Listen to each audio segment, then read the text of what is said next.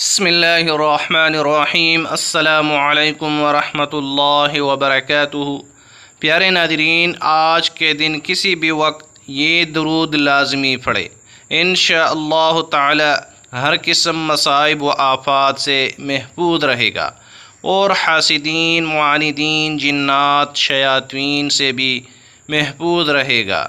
اللہ تعالی کے فضل و کرم سے اس درود کا ورد روزانہ ناری جہنم سے محفوظ رہنے کا وسیلہ بنے گا۔ پیارے دوستو، اگر مصائب و آفات سے محفوظ رہنا چاہتے ہو، حاسدین، معاندین، جنات و شیاطین کے شر سے محفوظ رہنا چاہتے ہو تو آئیے اس درود پاک کو سماعت فرما لیجیے۔ اگر ممکن ہو تو ایک دفعہ میرے ساتھ اس درود پاک کو ضرور پڑھ لیجیے۔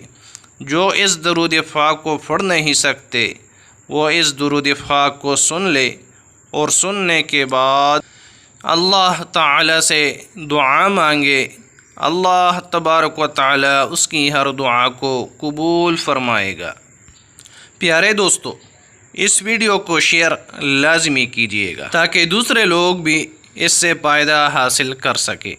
تو آئیے شروع کرتے ہیں۔ بسم اللہ الرحمن الرحیم۔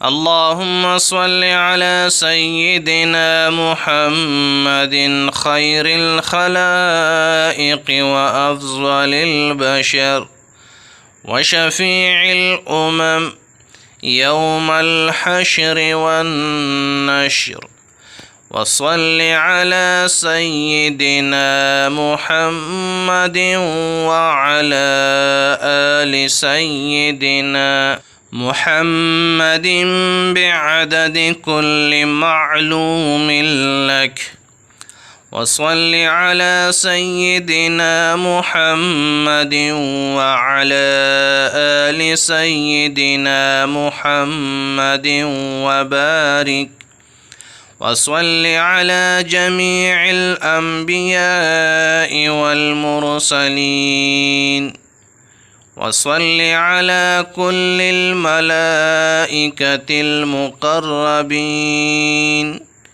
وعلى عباد الله الصالحين، وسلم تسليما كثيرا كثيرا برحمتك وبفضلك وبكرمك يا أكرم الأكرمين، يا أرحم الراحمين، يا قديم يا دائم يا حي يا قيوم، يا وتر يا أحد يا صمد، يا من لم يلد ولم يولد ولم يكن له كفوا أحد، برحمتك يا أرحم الراحمين۔